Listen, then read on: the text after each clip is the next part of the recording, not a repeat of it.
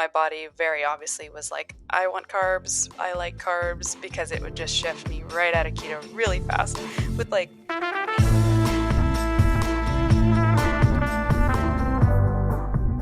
You've just tuned into Rebel Wellness Podcast, your resource for realigning and revitalizing your health and well-being. I'm your host, Kaylee, also known as Coach Kales. I'm a holistic health educator, certified nutritionist, and fitness professional of nearly a decade. I'm stoked to have you with us. You just joined a community of amazing souls who are ready to break free from the confines of the often outdated and confusing health advice all around us. Living in a world overwhelmed by quick fix diets and unrealistic beauty and body standards, us rebels stand for change. If you're like me, you're exhausted with the confusion and polarization plaguing the social media health scene. My mission is to empower you to step beyond today's diet culture, adopt a holistic health approach paired with the foundations of science for lasting, well-rounded wellness. Through teaching you how to tune in and embrace your mind, body, and soul, we'll reject one-size-fits-all solutions, realigning you on a better path that honors your unique needs and values. With new episodes weekly, this podcast is your sanctuary for deep wellness exploration, featuring expert advice, real-life stories, and a true commitment to your growth. Your journey to better health and simplicity in life begins now. Let's jump right in.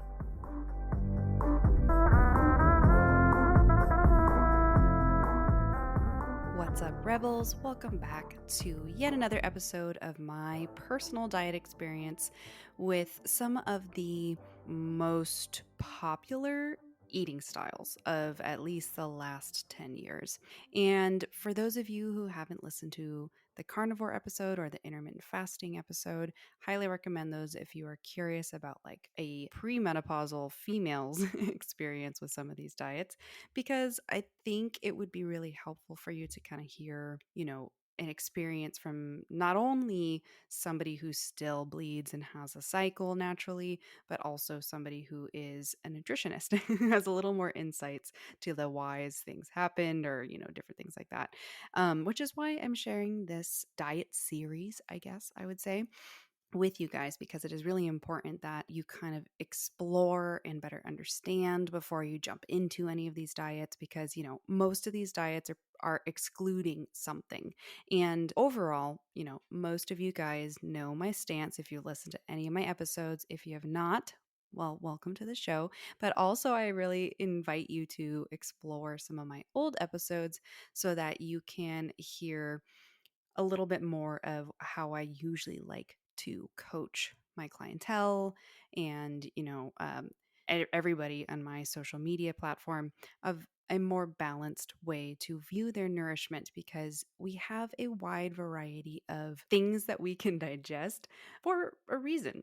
There's a lot of nutrients we get from a variety of different sources. So when you do an exclusive diet like keto, carnivore, vegan, any of those, you have to understand either the areas that you're going to lack as far as nourishment goes, different vitamins, minerals, and even macronutrients that you may have to work harder to get, or understanding how it's going to affect your body when you do it.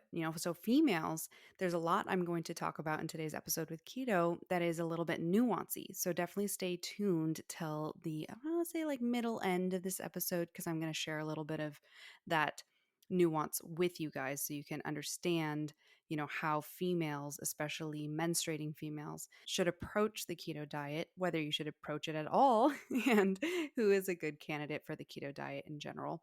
But I'm not going to break down this diet to the nitty gritty.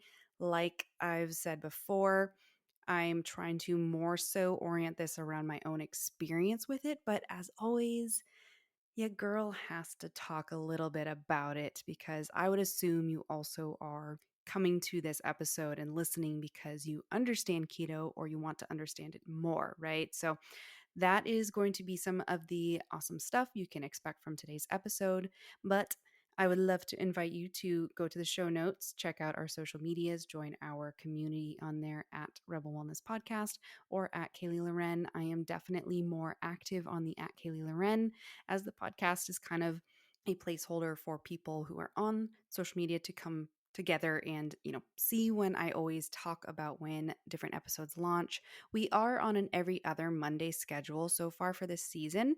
And so that is a great place when you may not get the notification on Apple Podcasts, Spotify, whatever you're listening through, that you will be able to find out what I just launched and what you might want to go listen to. So I definitely invite you to follow both of those and get in that community.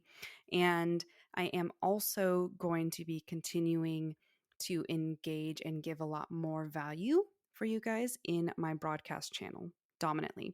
So if you've been on if you're on Instagram, sorry, I'm not on TikTok. I did try the TikTok thing. It isn't my vibe. There's just too many platforms, way too many platforms. So far, I'm on podcasting and Instagram. And technically, these podcasts do go onto YouTube. So I am on YouTube. And I have some old YouTube videos if you want to enjoy those. But currently, I'm on Instagram the most. And the algorithm is shifting. As always. And it's shifting in a way where, you have to really find your people and you may not actually get your posts in front of them all the time even if they follow you. So that's where the broadcast channel is super key, because it will be one of those places where I'm sliding into your DMs and you will get a notification, whereas posts, it's actually really a bummer because I follow some people that I'm like, oh my god, I haven't seen any posts from this person and they've been posting. I'm like, there's 30 posts that I missed from this person or that person. And I'm scrolling through because I happen to see them in my DMs or something like that from the past. I'm really bad sometimes at staying on top of clearing out old DMs or whatever. So I was doing that the other day and I was like, oh my goodness, I forgot about this person. I love this person's content. Have they been posting? I've not seen anything. And then I go to their page and I'm like, oh my gosh, they have been posting. Ah. So all that to say, a little bit of a rant, I suppose, about the algorithm and how it shifts, but you don't fight it, you work with it. And so I know that the best thing that you could do if you want to directly be in the community and, share your thoughts or talk about podcast episodes that you want me to have, or do a poll, or gain some free recipes, or my clean beauty picks and all this different stuff, that is going to be on my Daily with Kaylee broadcast channel on my @Kaylee Loren page. So I would love to see you join. And other than that, the next best thing that you can do to come into the community is I have a one time a month health and wellness newsletter that I send out. And you can also join that from a link in the show notes as well. All right, guys, so let's dive into my experience with keto. All right, so keto, otherwise known as the ketogenic diet, is a diet that is high fat, low to no carb eating approach. And it's designed to shift your body into what is called ketosis, which is where it burns fat for fuel instead of carbs. Carbs are our body's first source of energy, by the way. So that's why, you crave carbs sometimes when you feel like you're going to pass out. If you haven't eaten in a while or you have low blood sugar, you get that energy back from carbs because carbs get into the system and they create energy quickly. However, you can also create energy from fats, otherwise known as lipids. And that's dominantly where you're getting your energy from keto, but your body needs to shift into ketosis. So our bodies are really brilliant. They are so good at keeping us alive. Sometimes, you have that one friend or person, like our neighbor or something, where you're like, how the heck is your body still functioning from all the things that you do? I don't know about you, but I will hear people or hear about lifestyles, or people will tell me about things and I'm just like, wow, man, the body's crazy that you can do all those different things or not do a lot of things and still be alive. All to say, that's what ketosis is the next way that your body is creating energy. And so it can be really great for stabilizing blood sugar, boosting your energy, supporting fat loss.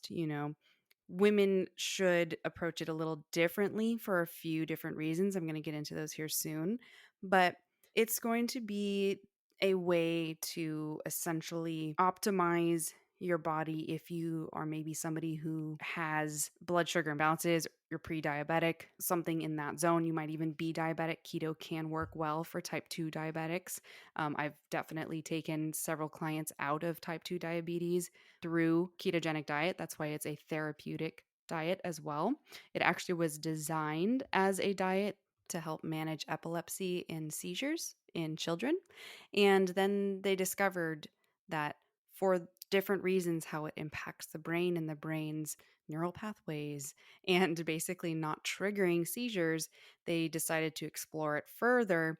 And then more people over time dove into it more and more. You might have heard your parents go through the Atkins diet or something like that. That's a very similar, it's essentially keto, but it's missing some aspects.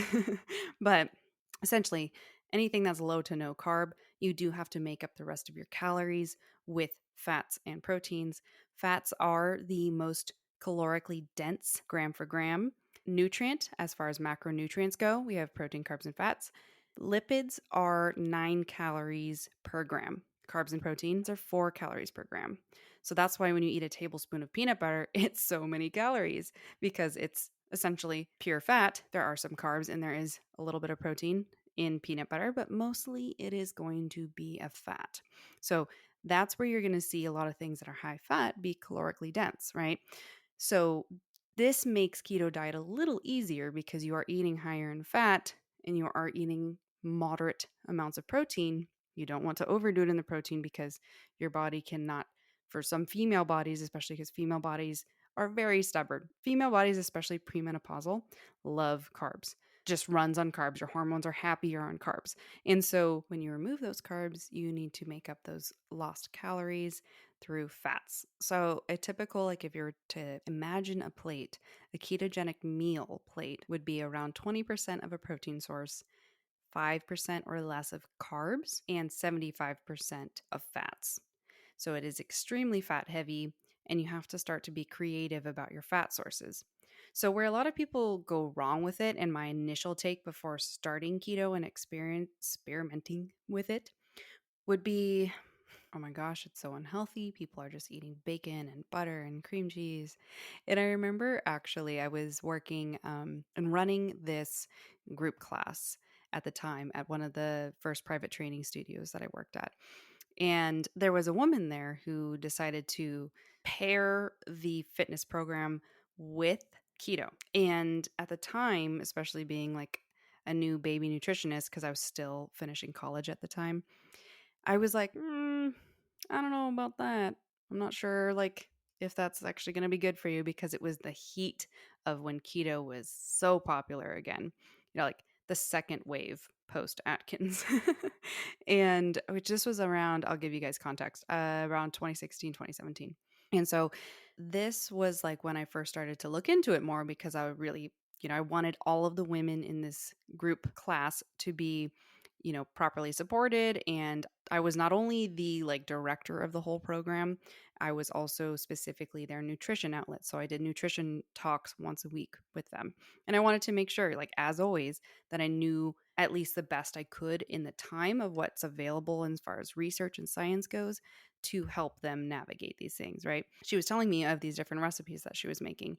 And one of them was like a cream cheese smoothie, and then mostly like sausages and buttery things and just cheese, a lot of these meal items that I was like, where are you getting like your fiber from? Or like, where are you getting enough protein? Or I was just like, I don't know. I don't feel like this doesn't sound right. And so that's something I wanted to bring up is that yes, there is a wrong way to do keto. And then there's also I don't like saying wrong or right.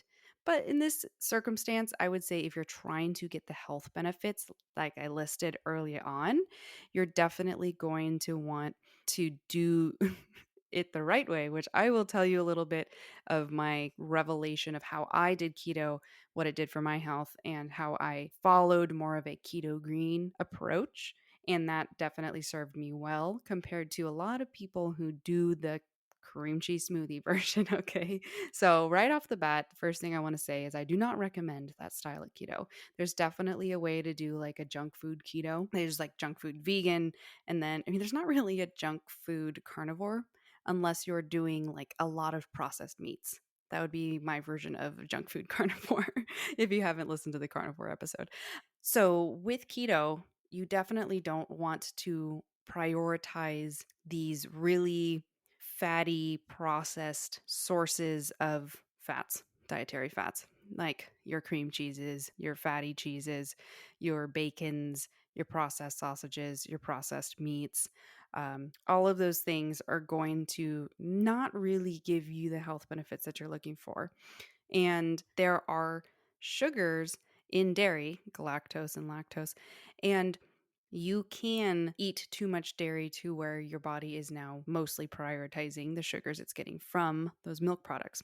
So you have to get really savvy. That's the next part of my experience with the keto diet was that I got really good at reading labels and understanding what foods were like naturally just pure fat, like your butters and things like that, or oils, coconut oil, etc. But you'd be so surprised at how many things have sugar added in it. For like, why? You know, I remember like being astounded with how much sugar was in certain sauces, like even the natural ketchups. You had to get like the no sugar added ones, different yogurts. And one of the important things that you have to do with keto is you have to calculate your net carbs. So, this was definitely a diet where my skill set in counting macros was beneficial coming into it because to get yourself into ketosis, especially as a female, your body's going to fight really hard. And because I'm a very carb dominant person, I get energy from carbs in a way where I don't feel heavy and tired and sleepy. I get very energized. And, my whole life I grew up mostly having proteins and carbs. Heavy fats was always actually tough on my stomach. And I just would never feel good if I ate a really fatty meal. So my whole life, I've pretty much never really been interested in like fried foods other than fries, but like fried oily chickens, fried steak, I don't know, a variety of all those different things were never like prioritized for me because I just naturally knew I didn't feel good eating them. And so shifting into keto, it was obviously having to shift into high fat and remove all my yummy carbs. And so I needed to track my macros. And I was finding as I was doing this to calculate your net carbs. Let me tell you real quick. So, your total daily carbs, if you are somebody who tracks, is going to be the total amount of grams of carbs that you consume in the day. Your net carbs is those grams, the total, minus the fiber. So, you have, your soluble and insoluble fibers. And when you consume, your insoluble fibers, they don't get utilized as energy in the body. Therefore, they are not part of your total daily carbs. So it is important to prioritize those insoluble fibers when you're eating keto because it helps your body through nourishing your gut and getting that necessary fiber so you don't get constipated, which is why a lot of people when they go keto get constipated is because they're drastically cutting their fiber intake. Unless you just weren't even somebody who ate fiber, because then maybe this was just another day in the life for you. But for me, I am very much a veggie girl. I have veggies in pretty much every meal. And so I had to shift to fibrous, low carb vegetables. And, like your spinach, your kale, I believe asparagus counted. There's a whole list, a whole bunch of different ones that are keto friendly. So I typically would still eat those because I knew it was important to continue to get the nutrients and the fiber from those greens. And I also had to increase like my nuts, and I didn't really do a ton of seeds, if I remember correctly. I think the most I did as far as seeds would go would be like chia pudding, and which I definitely recommend and for just fiber and the fatty acids that are in chia seeds when they're activated. They have to be activated, so you have to be eating them in a pudding format. At least where they're hydrated, where they're all jelly and fish egg like, which I know some people hate, but I personally love it. But anyways, I would eat that as well as, your vegetables. And then I definitely oriented around high quality protein sources. It was actually very interesting because I needed to prioritize fattier animal proteins, which for me meant definitely good quality sources of those. And I'm not like a fatty steak person. So this was actually really tough because like I don't even really love ribeyes. They're just too fatty for me. And I'm like such a picky person. If it's got like the jiggly cartilage, I just can't do it. So I still would usually actually eat the local market that was across the street from my old condo had these like prepackaged grass-fed Snake River Farms Kobe fillets, and I would just stock up on several of those because they freeze really well. And I would cook that and actually put like a tablespoon or two of like grass fed butter on top of it, or like gorgonzola cheese, like a high fat cheese. And that would be like a really good keto protein and fat rich dinner for me. I would also try to prioritize more avocado because there's a lot of good nutrients of like potassium and fiber involved, as well as the healthy fats. And then, at one point, I'd say I really did enjoy incorporating a little bit more leafy green salads with like baby kale and arugula and spinach with like a lot of olive oil, which was nice because olive oil is like they call it nature's Advil. It's definitely super healthy for you, especially when it's not heated. And so those were all things that, I became accustomed to. I'd snack on nuts, like high fat nuts, like macadamia nuts, which I did learn on this diet that those go bad real fast because they're just very high in fat content. Like you could just blend macadamia nuts for like 3 seconds and they become macadamia nut butter. Whereas like almonds and peanuts, they take a while till they become nut butter. And so the fat content in macadamia nuts, when oxidized, like exposed to oxygen quickly, they go rancid quite fast. And so that was a bad lesson I had to learn because I bought a giant bag of them and could not get through them fast enough till I started having a funny taste. So that's how I learned about that when I did keto. But so with me, I would say the first thing that I always heard that you will probably always hear or have heard is the keto flu, right? So initially, I had already researched like how do you prevent this? It was a little bit before it was actually commonly talked about that you need to have enough electrolytes. So the thing that you have to understand with ketogenesis is that your body initially, especially in those first 14 days, is going to purge all the water in your body looking for sugar, looking for glucose. And so, what's going to happen is essentially you drop a ton of water. So, everybody in the first week of keto or 2 weeks of keto, where they're like, oh my God, I lost 5 to 10 pounds, it's body water. Straight up, it's body water.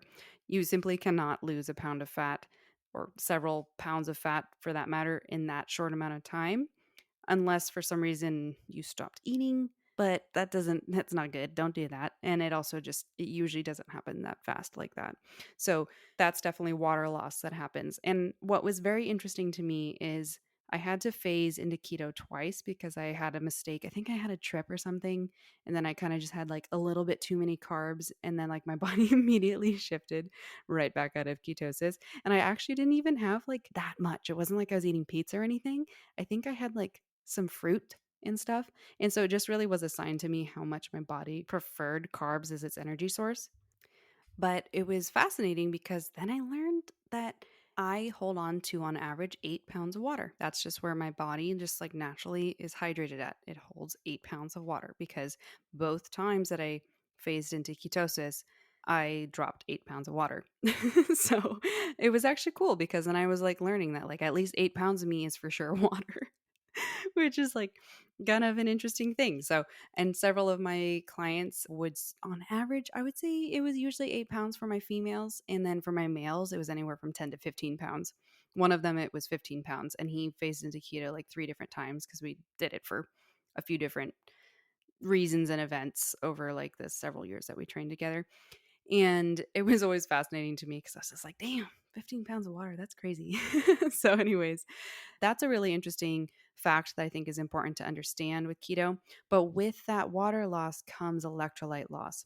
And so that's where the keto flu symptoms come in because when your body is imbalanced with your electrolytes, your sodium, potassium, magnesium, chloride, when those are all imbalanced, you are going to have negative effects on your body. Your electrolytes are how your brain communicates to your muscles, and they are essential. That's just a really basic way to say it because there's a whole bunch of other things that they do. A lot of those nutrients are also cofactors for a lot of processes that go on in your body. So that's why magnesium is so darn important. It does like 300 different systems in your body, or it impacts that many different systems in your body, which is crazy. So if you're not already taking like magnesium glycinate, like a cup, like 300 milligrams a day, definitely recommend that you include that into your nutrition. If you go to my website, actually, I have an Amazon link list where you can scroll through, and I have my usual recommended brands on there for ease of access, but I'm sure you could just find it on. I don't usually actually recommend Amazon for supplements because there's a lot of discrepancies of quality control, because some people have been known to actually swap out bottle formats of the actual pills, and it can be possibly a sugar pill or it could be just a lower quality version, and then they have these things at home where they can seal them again. It's really sketchy. So I would recommend, if you can, I would always buy from the company. I do have a really good episode from last season talking about supplements and how you can figure out what the good quality one is and which one's a waste of your money. But I will say the sources that I have linked on my Amazon are directly connected to the companies. So it's the companies that are shipping them from Amazon. So that would be my best recommendation for that. But you can also get, I do believe I have several electrolyte powders that are linked on there as well, because I get constantly asked which electrolytes do I like, because all of these different electrolytes have gotten exposed as time goes on, of like their quality dropping or whatnot, including, big brands like Liquid IV or Element.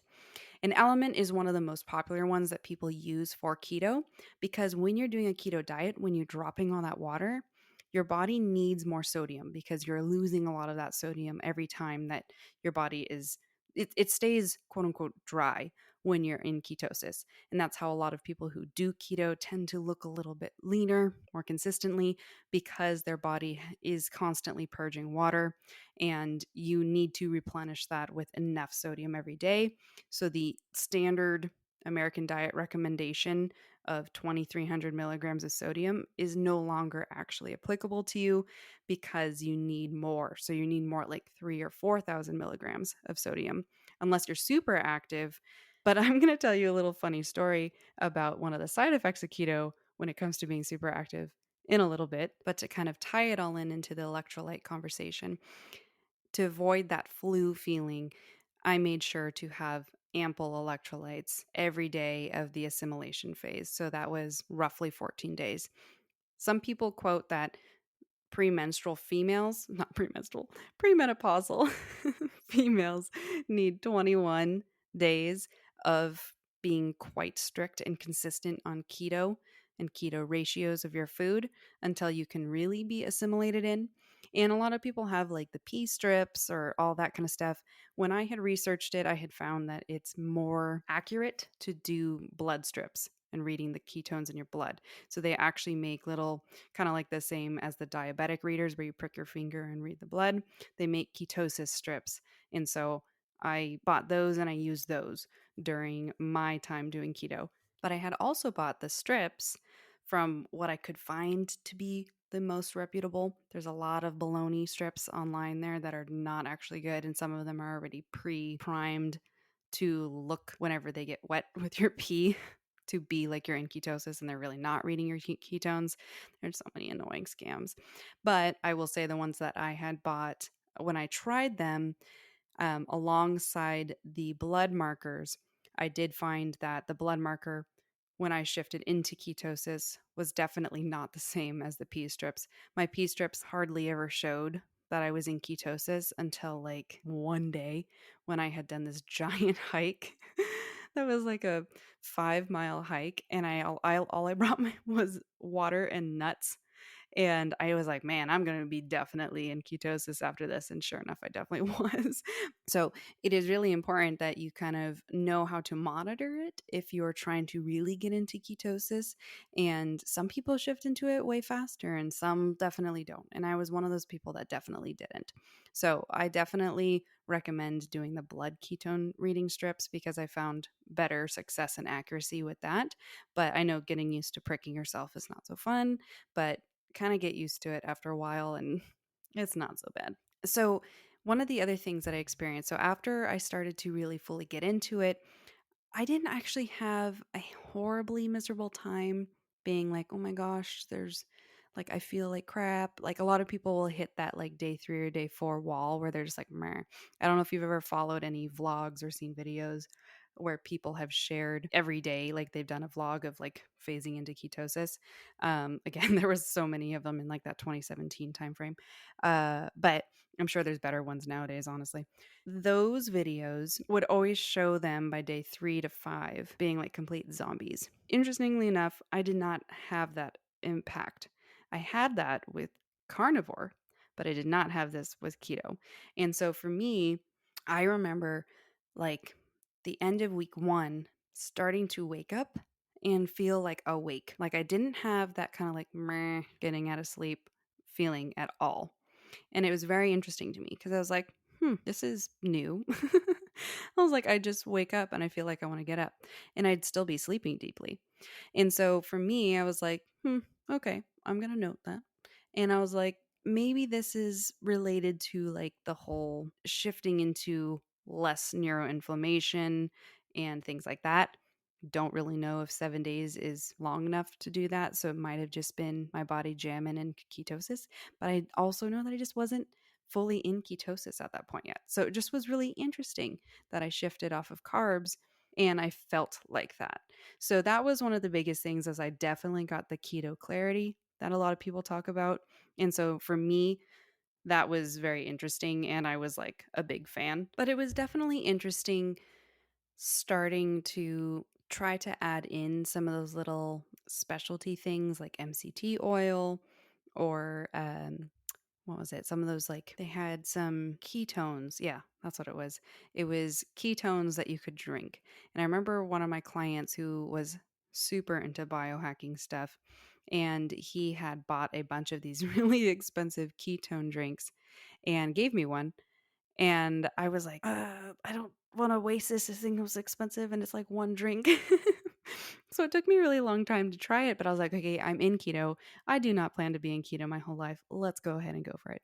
Tasted nasty. It was disgusting. I did not like it, but I definitely felt like a little spurt of energy. So I'm not really sure if like those things kind of have a placebo effect or if they have like a short term effect just because they're like a dose of ketones and your body already is creating ketones. I honestly didn't look into it a whole ton because I wasn't sure if that was just kind of one of those things where people were trying to profit off of what was popular at the time.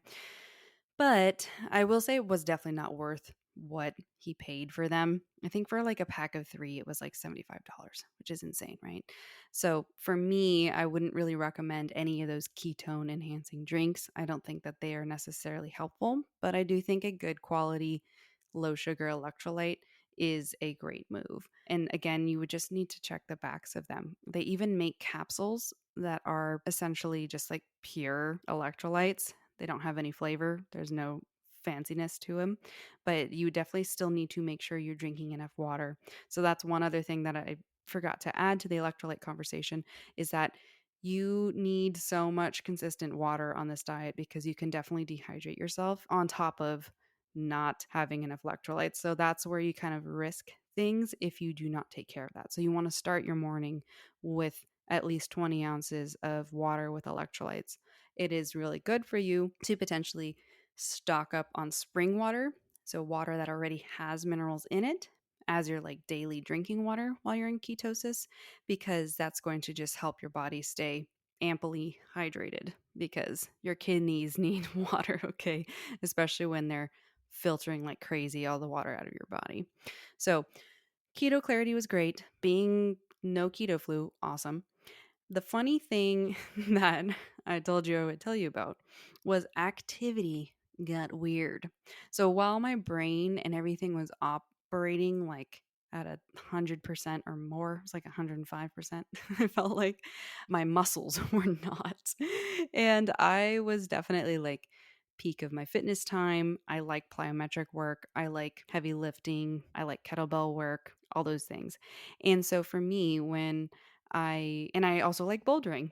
So the funny story that I wanted to share with you is I was about, I would say like a month into keto, and my friend asked me to go bouldering with him. And I was like, sure, why not? I hadn't done it in a few weeks. since honestly, I think since starting keto. So it didn't even like dawn on me that I might not be the same level of strength as I had been the many times before. And so when we got to the gym, I remember I was starting to climb up one of the walls and I made it halfway through and my body just stopped. Like I was stuck. Like I literally couldn't even like lift my arm up higher. It was the strangest experience. And I was like, okay, well, I have to tell you something. I'm following a keto diet right now, and I like literally do not have any strength. I cannot climb today. And we were just like died laughing for a second because I was like standing, like not standing. I was like gripping the wall and I was like frozen. And he was like, "What's up?" And I was like, so, and I remember like jumping down onto the pad and just feeling like my body was like a giant cramp. It wasn't like super painful, but it was just like I had no energy to access. And that's when I had realized that like I didn't have glycogen in my muscles because I wasn't eating carbs. And so my body was very much like just living off of lipids and protein. And I didn't lose any muscle while doing keto, but I could not really gain muscle or use my muscles. So then, as I explored that more and looked into it, it was one of those things where they definitely said, it's not really recommended that you try to build muscle or anything like that while doing a keto diet, especially as a female. Very hard to do unless you're taking like performance enhancing drugs or a very specific tailored targeted keto. So there are different forms of keto, and a targeted keto is you eat a very targeted amount of carbohydrates once you're fully assimilated into ketosis, where you eat those carbs right before your workout. So you access those carbs during your workout. Most of the time, males can get away with that better than females, but some females can, especially if you're postmenopausal. Postmenopausal is going to be the category of female who is best for keto. And again, more of a keto green. There's actually a practitioner named Dr. Anna Kabeka. She does a really great way of giving you exactly how to eat as a postmenopausal woman who wants to have health benefits and hormone benefits of a keto diet. And it's called the Keto Green Diet from hers. She has a book. Definitely recommend it. But postmenopausal is who should probably be doing keto, possibly long term. Anybody who's still menstruating, don't really recommend it. Your body needs carbohydrates for specific reasons, and it is pretty hard to execute a very healthy keto diet every day to day. And that kind of like gives me a good transition to kind of let you guys know that it was actually not that hard to do keto when eating out. I would say a lot of people kind of think that it could be miserably hard, but keto was so much easier than like carnivore or even vegan at times. When I did keto, it was like, can I just have the burger with no bun or with lettuce? And, there's so many food items that like you could definitely do and just add more butter to it or cheese or there's actually so many things. It was actually pretty fun in a way because like you're kind of just getting like the most fatty thing possible and most restaurants have one of those things on their menu. And it actually is really easy to stick to when you find your groove of where your proteins and fats are coming from, because salt and fat is super palatable. It's always yummy and it's very filling, again, because fat is really high in calories, so it digests very slowly. Kilocalories, guys, just correlates to how long it takes your body to burn that molecule, to utilize that molecule. So if you think about it like that, that's why it's 9 calories, is because it takes that long to digest, if that helps you at all. But so it's yummy. Everything, pretty much everything keto is super yummy. So it's really not hard to eat that way. I would say that just the hardest thing is when my cycle would come around, and naturally our bodies, especially if you're naturally cycling, in your luteal phase, your body is calling for more carbohydrates because it's preparing to shed. It's preparing to do a really metabolically expensive system. And so you need extra nutrients to prep for menses, for when you bleed. And so carbs are the main thing that your body wants in that time. So for me, that was when I would start dabbling with like the keto desserts, which I definitely spent a good 3 weeks dicking around with keto desserts because I was like, oh, it's sweet and it's yummy and blah, blah, blah. And supposedly it's still keto. And I would buy all these like birthday cake flavored nut butters that were supposedly keto friendly and keto peanut butter cups and all that stuff, which was fine. But then I started to realize when I was checking my ketones with my blood that it was like going less and less and less. And so I was like, yeah, okay, definitely can't get carried away with the keto desserts. So if you are somebody who's doing keto as a menstruating female, whether it's for a therapeutic reason for short term or for whatever reason that aligns with you, I definitely wouldn't do any of the keto desserts except for around maybe your cycle, if that's what helps fulfill those cravings. Okay. But I would say that, it is really easy to get carried away with the keto desserts. I remember another client of mine, we were doing it at the same time. She was about 15 years older than me, but she's a big foodie as well as along with me. And we were like, oh, did you see this keto dessert recipe? Or I made this one and it's really good. And that was fun. But then we definitely both realized we're like, okay, now we're just making desserts that are like high fat with like fake sugars. And so that's where I also think keto can go wrong is if you do too much of that stuff. So, kind of essentially, one of the biggest takeaways is that keto, like any of these other diets, is best executed with real whole foods that fit the ratios of macronutrients that you're looking for. So you want natural sources of fat, you want natural sources of protein, and you want fibrous, real sources of carbs. You don't want to be having all that psyllium husk powder and things like that to artificially get things going, or please do not use like Metamucil. There's like food dye in Metamucil for like what reason? I read the back of the bottle in one of my clients' garages and I was like, why? Why does it have to have this in there? So I definitely recommend that you guys consider, if you are considering keto, to make sure that you're either following one of the many cookbooks that have really great keto green style recipes available to show you how you can really eat nourishing and healthy foods that are keto ratios. Definitely would not recommend the processed stuff, the fake keto treats, all those different things. Don't really recommend them if you're going to follow keto and you want to get the best benefits. Okay, so before I kind of close out my diet experience with keto, I do want to just add in some of the little nuanced things that I think are extremely important for especially my female listeners here to know about the keto diet, because you need to approach it differently than males because of hormonal fluctuations, metabolic differences, and basically long term sustainability concerns.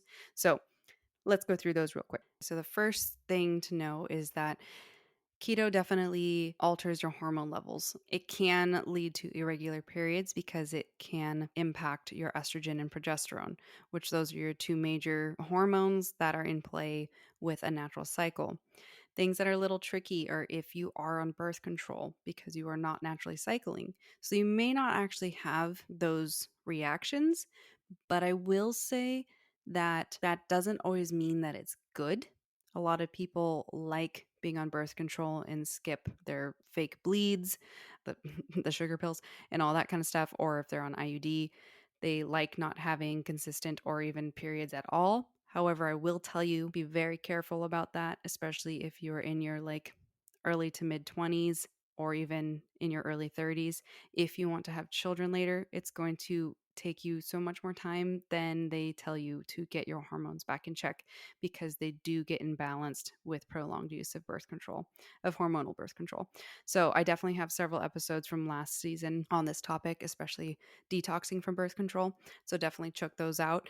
But when it comes to keto, you may not have as many obvious reactions to your hormones through your cycle if you are not really cycling, if you're not having ovulation naturally. The other thing that can be impacted is your thyroid. So, drastic carb reduction can lower your T3, which is your active thyroid hormone. So, that can potentially slow down your metabolism and things like fatigue, hair loss, or cold intolerance. I will tell you, carnivore definitely did that for me. I did not see that with keto, but I will say I definitely got my thyroid levels checked with my naturopath at the time then. So I did not see T3 numbers change while I was doing keto for me, but my T3 numbers definitely changed during carnivore. So that's something that I think is really important to note. If you are somebody who struggles with thyroid issues, maybe you have Hashimoto's thyroiditis, which is autoimmune thyroid, or maybe you do have hypothyroid or hyperthyroid, I would definitely make sure, as with anything in this episode, always discuss drastic nutrition changes with your practitioner, but especially if you do have any diagnosed issues with your hormones and or your thyroid, I would definitely avoid probably following a keto diet. It could be too much. So, another thing that is a good consideration is that women are more prone to adrenal dysfunction, otherwise known as HPA axis dysregulation, and also called adrenal fatigue. People are moving away from that term. A lot of practitioners don't like it. It's almost like us in the training world. We don't like when people say you look toned, because muscle tone is actually not at all what we picture it to be. We're talking about like leanness, density of your muscle, and the shape of your muscle. People call that tone, but that's actually not the technical term. Random caveat. But same thing goes for like adrenal fatigue. So for me, I actually am somebody who has HPA axis dysregulation, but that's something that I've had more so not correlated to keto. It actually happened later, more around 2019 or so. Definitely, probably steamrolled by 2020, because that was literally one of the most stressful years for trainers around the world. That is something that women are really prone to. So, keto, if it's very strict and long term, and again, you are pre-menopausal, it can really elevate your cortisol long term and push you into more of an adrenal dysfunctional place, which is not so good. And so you could be starting to experience like poor sleep or anxiety or fatigue. And so you would definitely want to consider not doing keto if that is a situation that happens to you, or stopping it if you are starting keto and that happens to you. Keto also removes a lot of fiber rich carbs, so it can potentially impact your gut microbiota as far as diversity goes, but you just need to incorporate more non starchy veggies, fermented foods, and resistant starches like green bananas or cold potatoes or rice. But again, I don't usually recommend that you incorporate some of those because it could be too easy for you to shift yourself out of ketosis. But there's even great products out there like Fluorosophy, which is a natural blend of different natural fiber sources, including like chia seeds. And that stuff definitely works. Highly recommend. It's linked in my Amazon link on my website. So you definitely just want to be paying attention to that as far as having a healthy gut. And the last part that is a really good consideration is that if you're somebody who is looking to get pregnant soon, depending on a lot of very specific metabolic medical situations, it is not really recommended for fertility or pregnancy that you follow a ketogenic diet, because extremely low carb diets, like I had said before, which are not positive for your hormones, can signal quote unquote like a starvation mode type situation to the body, which can affect ovulation. So our bodies will not ovulate if they're in such a stressed state that they do not believe it is a safe place or time, safe environment to grow a baby. So this is very common for women who have struggled with restricting their food long term, or trying to maintain a very lean physique for too long, and they may find that they are having trouble with conceiving. And, times like now, it's unfortunately really tough because there is a huge fertility crisis for a whole lot of different reasons. But it is one of those things where when you're doing extremely low carb eating, your body is not a healthy, happy place to grow a baby. It's not in a nourished place. So you'll usually hear from fertility doctors that you need to put on body fat if you're somebody who's very lean. But same concept goes for ketos being low carb. So you definitely need to consider not following a ketogenic diet while trying to conceive, and definitely not while you're pregnant. I highly recommend that you do not do that. Your baby needs glycogen, and it is most easily accessed through carbohydrate foods.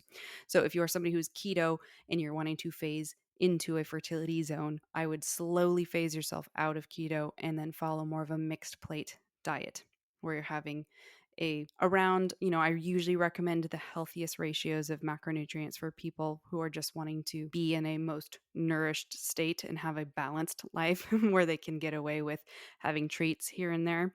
It would usually be around 25 to 30% of protein, around 30 to 40% carbs, or around 30 to 40% fats. It depends on if you're somebody who likes more fats or you like more carbs. And so those are really good natural ratios. Find what works for you. Obviously, pick it so that it adds up to 100. That's something that sometimes some of my clients will miss when they're like, I made my macros and they show it to me. And I'm like, okay, that adds up to 105%. But if you're using like a macro tracker, it's going to obviously tell you because it only allows you to log up to the proper percentages. But again, those are like round number percentages. Find what works for you. That's always what's the most important thing when it comes to any diet that you eat. But overall, guys, I would say I definitely found some really great benefits when I personally followed the keto diet. The first time I followed it for about 3 months. The second time, when I had the little split, I would say I did it for about a month and a half.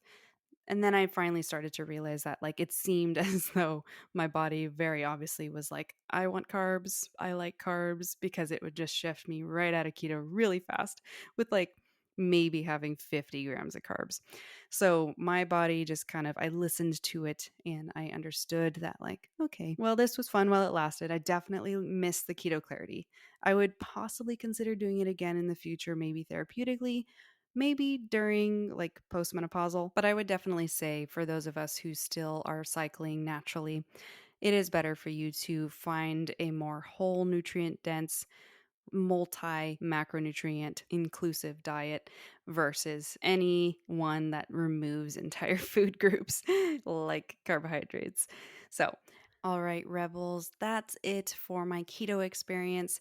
I hope that was helpful for you and gave you a little bit of insight when kind of considering it for yourself, or if you wanted to explore maybe the ways that it went wrong for you if you tried it in the past, and maybe do it better the next time, or just maybe not do it at all. But I hope that you can share this episode with anybody that you know that's either doing keto right now or is considering doing it. And I would love for you to give us a rating on wherever you're listening. Most of our listeners come in from Spotify and Apple Podcasts. It would help our show grow if you could take 2 seconds to give us some stars or even write us a quick little comment. That means the world to us. We've gotten several new ones lately on Apple Podcasts. Thank you so much for you guys who take the time to do that. It is the only way that we get exposure naturally on the podcast algorithms. So, as always, celebrate your strength and nourishment, walk with confidence, and I will catch you next 2 weeks on another episode of Rebel Wellness.